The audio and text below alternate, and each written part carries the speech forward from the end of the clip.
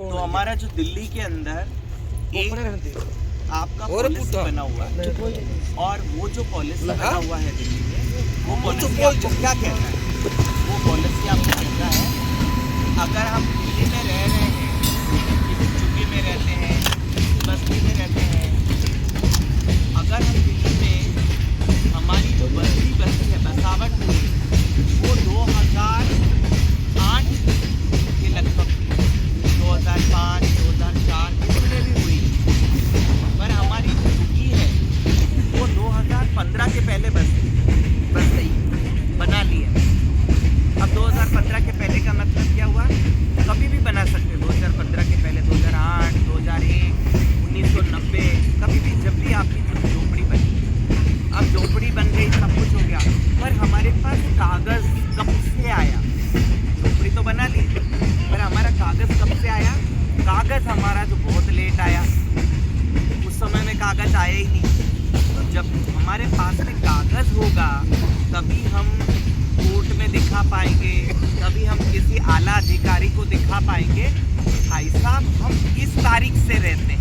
अब आप तो कह दो कि 50 साल से रह रहे हैं, तो आला अधिकारी जो है नहीं मानेगा, कोर्ट नहीं मानेगा, कोर्ट कागज़ को मानेगा।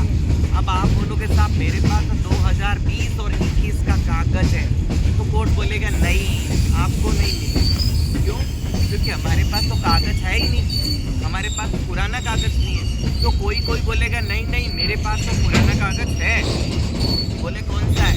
तो 2004 का कागज़ है, ये देखो वोटर ID कार्ड, ये देखो राशन कार्ड 2010 का, ये देखो आधार कार्ड देख लो 2013 का।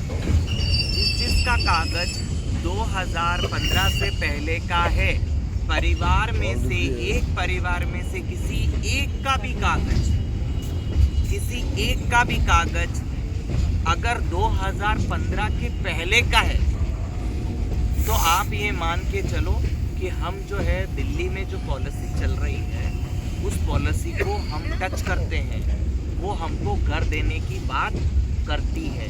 हम घर देने के लिए योग्य हैं, घर लेने के लिए योग्य पात्रता रखते हैं। हम भी उस लाइन में आते हैं जहाँ पे लोगों को घर मिल रहा है। क्यों? क्योंकि उनके पास पुराने कागज़ है। अरे भैया हमारे पास भी पुराने कागज़ है। अगर यह पुराना कागज़ दिल्ली का है तो चलेगा, सांसी कैंप लिखा हुआ होना चाहिए तो चलेगा, पता चले सरिता विहार लिखा है, पता चले कि भवाना लिखा है, पता चले कि आपका चूरू लिखा है, नहीं चलेगा। दूसरी बात, परिवार के सब लोगों का कागज़ का ज़रूरत नहीं है, किसी एक का भी कागज़ हो पर पुराना हो।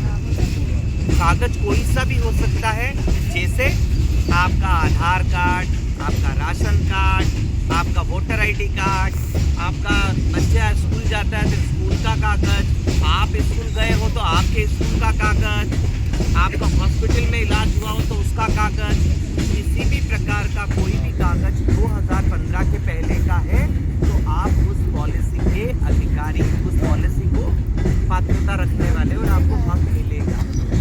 आप जिस ज़मीन पे आप रहते हो वो ज़मीन किसका है?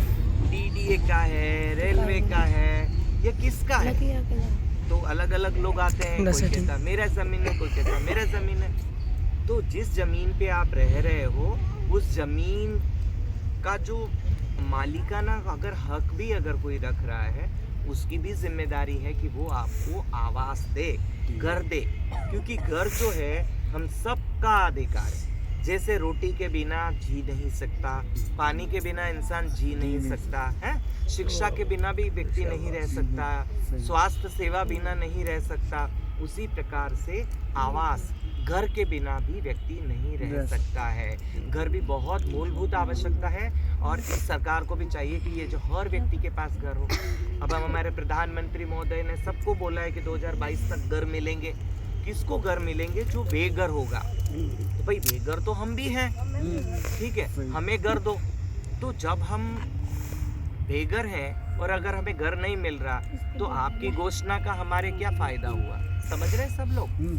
तो अभी हम सब लोग इकट्ठा होके ये मांग करना है कि भाई हम सब लोगों को भी घर चाहिए। ठीक है, अब कब तक हम इसी पन्नी के अंदर सिकुड़ते रहेंगे अपनी जिंदगी? इसके बारे में आज हम सब लोग यहाँ पर बैठकर बात कर रहे हैं, एक समझ बना रहे हैं कि हमारा अधिकार किसके तहत बनता है, वो कौन सी पॉलिसी है।